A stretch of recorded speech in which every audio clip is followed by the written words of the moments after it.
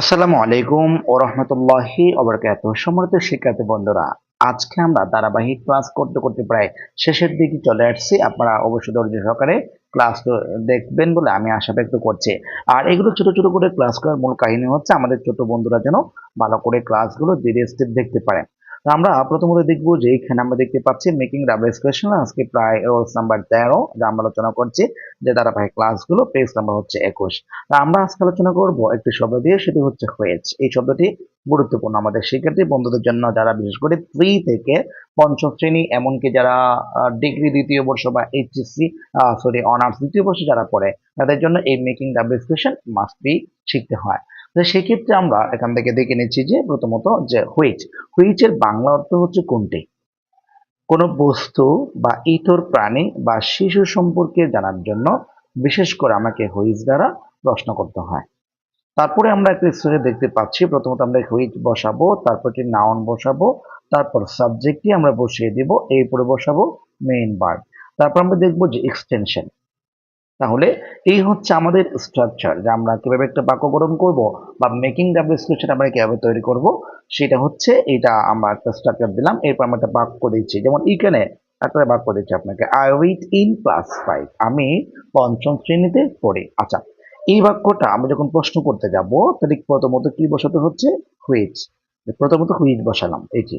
তারপরে একটা কি বসাতে হবে, নাউন। তাহলে আমাদের এই বাক্যের মধ্যে আই রিড ইন ক্লাস 5, এখানে নাউন হচ্ছে ক্লাস।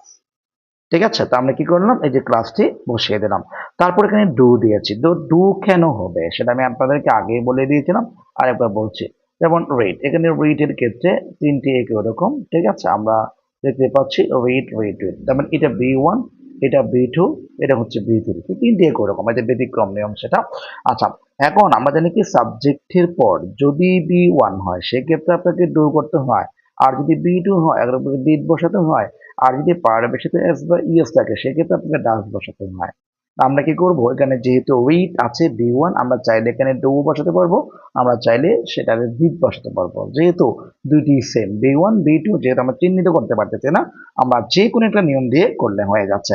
তার মানে which class do you read in এভাবে হচ্ছে, অথবা which class did you read in এভাবে করলেও আমাদের আনসারটি অবশ্যই রাইট করতে হবে।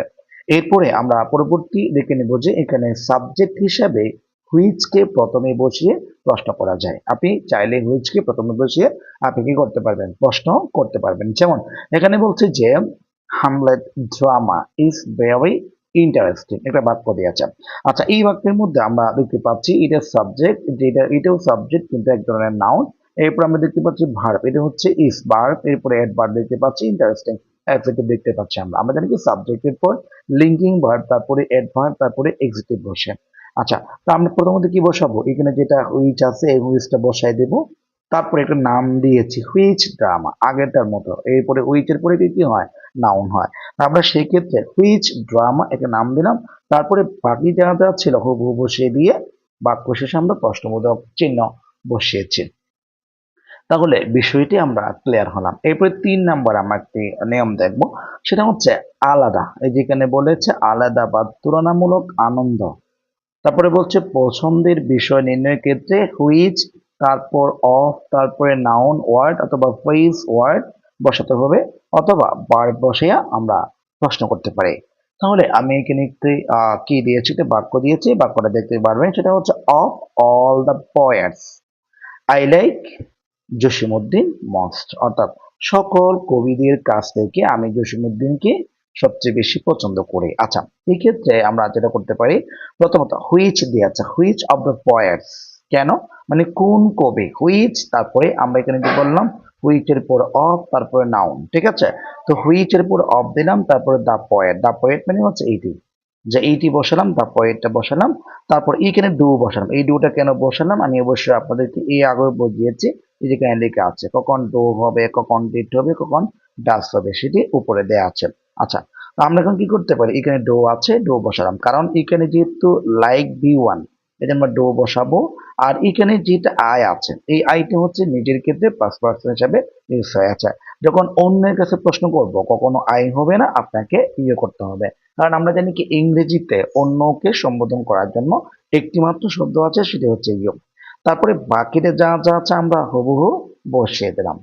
তাহলে আজকে আমরা বিশেষ করে কুইজ নিয়ে আলোচনা করছি। পরবর্তী ক্লাসটি নিয়ে আপনাদের সামনে খুব শীঘ্রই হাজির হচ্ছি। সেই পর্যন্ত সবাই ভালো থাকবেন, সুস্থ থাকবেন। আসসালামু আলাইকুম ওয়া রাহমাতুল্লাহ।